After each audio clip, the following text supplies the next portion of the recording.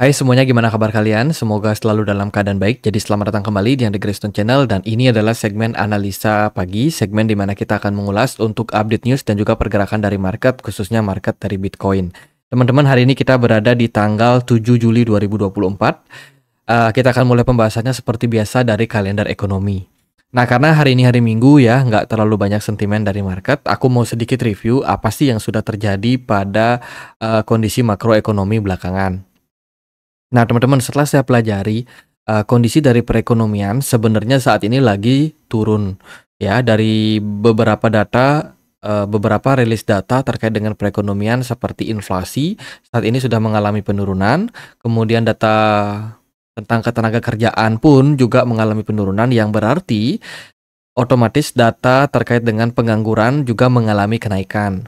Nah, di minggu kemarin atau di minggu ini ya, kita juga dapat beberapa data terkait dengan FOMC meeting dan juga ada Chairman Jerome Powell serta Christine Lagarde yang ada speak di perdagangan hari Selasa tanggal 2 Juli kemarin. Dan yang kita tahu memang mereka berdua ini sama sekali tidak hawkish. Jadi melihat kondisi dari makroekonomi yang saat ini sedang slowing down, dilihat dari beberapa data seperti manufacturing PMI Amerika Serikat sudah masuk ke tahap defensif, yang berarti adalah perkembangan perindustrian di sana, pabrik-pabrik di sana saat ini lagi posisi defense, belum bisa ekspansi bisnis, yang nanti akan berkaitan sama PDB Amerika Serikat yang kemungkinan masih bakalan turun.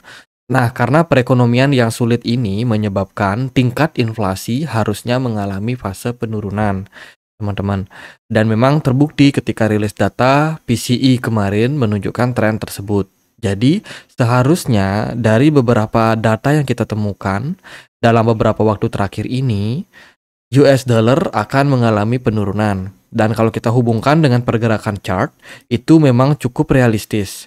Pergerakan dari US dollar sudah mengalami penurunan sejak tanggal 25 Juni sampai tanggal 8 Juli kemarin, teman-teman. Yang berarti adalah saat ini harusnya momentum untuk aset-aset lain mengalami kenaikan yang signifikan.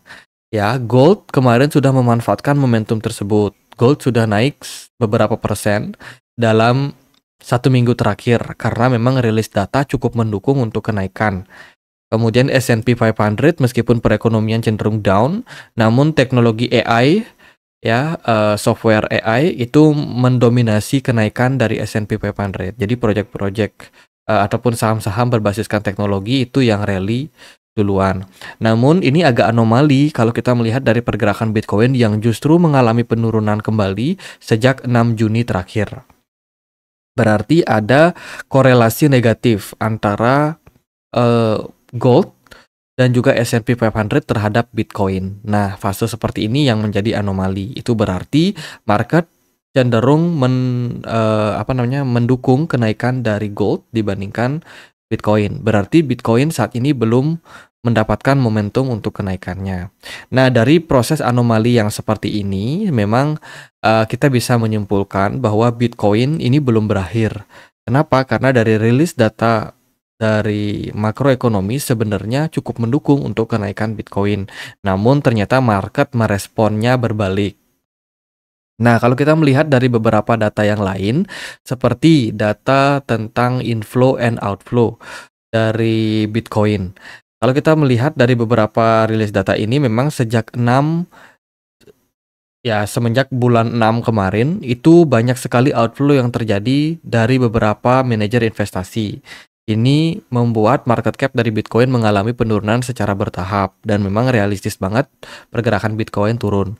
Jadi artinya adalah yang menyebabkan pergerakan Bitcoin mengalami koreksi itu bukan dari data makroekonomi, karena data makroekonomi seharusnya mendukung kenaikan dari Bitcoin. Namun selling pressure yang terjadi pada Bitcoin itu didominasi oleh beberapa hedge fund yang kemarin mengalami outflow. Teman-teman, selain itu juga ada berita terkait dengan Mt. Gox yang bakalan melakukan pencairan dana mereka. FTX, kabar terbarunya juga sudah melakukan kalkulasi dan dalam jangka waktu mungkin beberapa minggu atau beberapa bulan ke depan mereka pun juga akan melakukan distribusi terkait dengan aset-aset yang memang sudah berhasil mereka klaim dan juga cairkan kepada investor. Jadi ini bisa menjadi next berita negatif untuk market. Selain itu juga perpindahan aset Bitcoin dari wallet Jerman, pemerintahan Jerman dan juga Amerika Serikat turut membawa tekanan jual pada Bitcoin dan kepanikan pada market.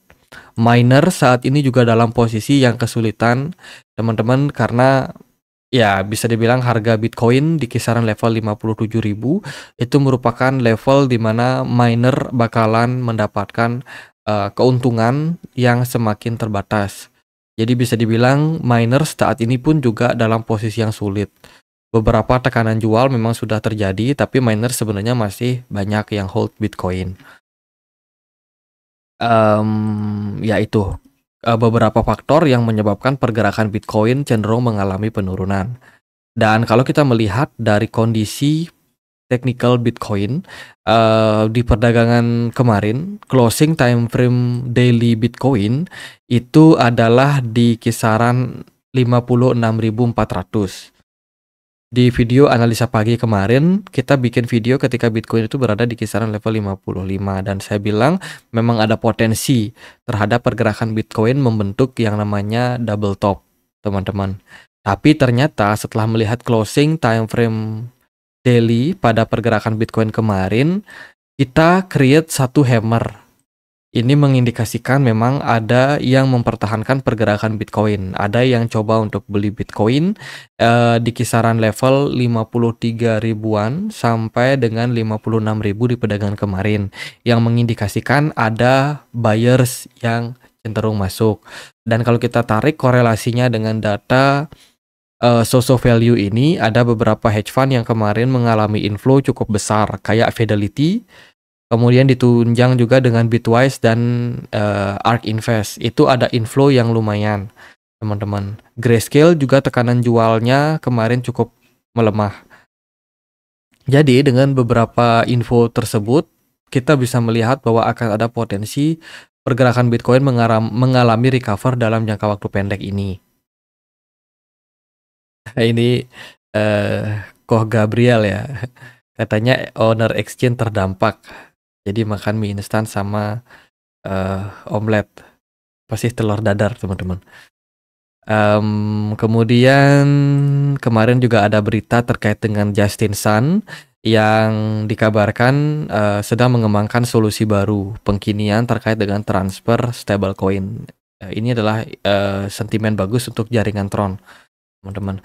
Dari beberapa pergerakan kita bisa lihat di data sport chain kemarin itu memang ada pergerakan yang lumayan signifikan terhadap penurunan Bitcoin, teman-teman, ditunjang memang dengan outflow yang cukup besar. Namun kalau kita lihat dari beberapa data terakhir, ini ada data terkait dengan miner ya, mining reward yang baru aja didistribusikan, kemudian transfer yang cukup aktif di jaringan Bitcoin. Jadi saat ini market lagi dalam posisi perpindahan aset yang cukup dinamis. Jadi di fase sekarang sepertinya bakalan sangat sulit untuk kita melihat apakah ini sudah di level bottom atau enggak. Apalagi pemerintahan Jerman masih terus melakukan distribusi asetnya, teman-teman. Jadi kalau menurut saya pergerakan Bitcoin worst case skenario atau skenario terburuk pada Bitcoin adalah double top ya yang tercipta. Namun saya mencoba untuk mencari perspektif lain dan saya nemu di YouTube. Teman-teman bisa ikutin YouTube channelnya Alessio Rastani. Di sana dia menjelaskan tentang potensial pergerakan Bitcoin membentuk yang namanya corrective wave pattern. Jadi teman-teman bisa nonton video beliau yang ini. Bitcoin breaks key level. Has the trend reverse on Bitcoin. Nah, di video ini dia menjelaskan tentang potensial pergerakan Bitcoin yang saat ini sedang membentuk corrective wave pattern atau ABC corrective wave pattern. Dan ya ini bisa menjadi another perspektif buat teman-teman atau perspektif yang lain. Ya, jangan hanya berfokus pada satu analisa tapi kita coba melihat dari banyak perspektif. Di sini saya coba untuk sedikit menjelaskan, tapi untuk video lebih lengkapnya teman-teman nonton di YouTube ya. Jadi pada intinya adalah pergerakan Bitcoin saat ini membentuk pola ABC corrective wave pattern dan kita possibility udah create wave C. Dan harusnya di posisi sekarang, apalagi kemarin closing time frame daily Bitcoin itu lumayan bagus di kisaran level 56. Meskipun nggak sampai 57, tapi ya kita anggap oke lah, teman-teman. Dan hari ini terjadi pantulan terhadap pergerakan Bitcoin mendekati level 58.000. BTC Dominance juga cukup bisa kerjasama ya. Altcoin dikasih hijau dulu sementara setelah kemarin mendapatkan tekanan jual yang sangat-sangat signifikan. Jadi at the end of the day, pergerakan Bitcoin ada possibility mengalami kenaikan sementara. Jadi dilihat kita sudah create wave C dari proses konsolidasi pada Bitcoin. Maka dari itu, maka akan ada kemungkinan nih pergerakan Bitcoin mengalami proses kenaikan berikutnya. Namun sebenarnya pada ABC corrective wave pattern ini ada beberapa possibility yang bisa terjadi. Belum tentu ketika pergerakan Bitcoin menyelesaikan ABC corrective wave pattern-nya ini bakalan langsung reversal. Ada kemungkinan pergerakan Bitcoin juga bisa jadi membuat major atau baru create satu major wave A. Dan possibility kita lagi rebound untuk create wave B. Dan ada juga possibility kita akan kembali create wave C di major trend-nya.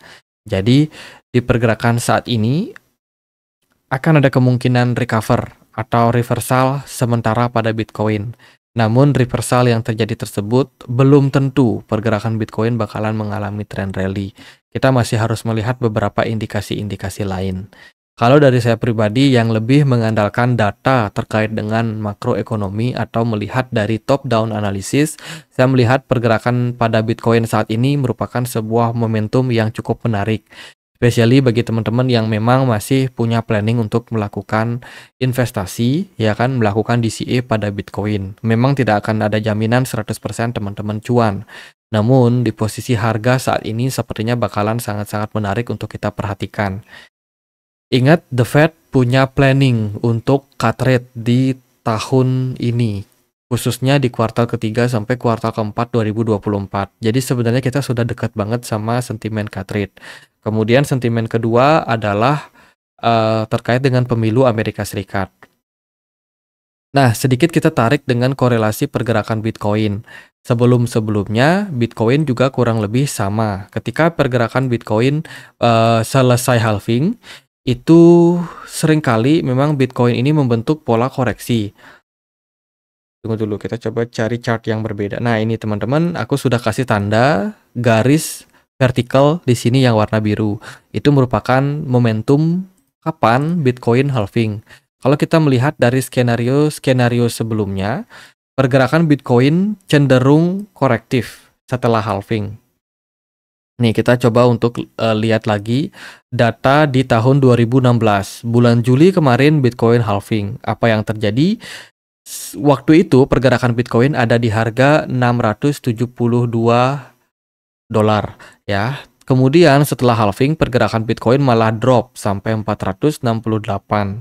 Setelah beberapa weekend, beberapa minggu, pergerakan Bitcoin kembali mengalami recover dan membentuk all time high yang baru.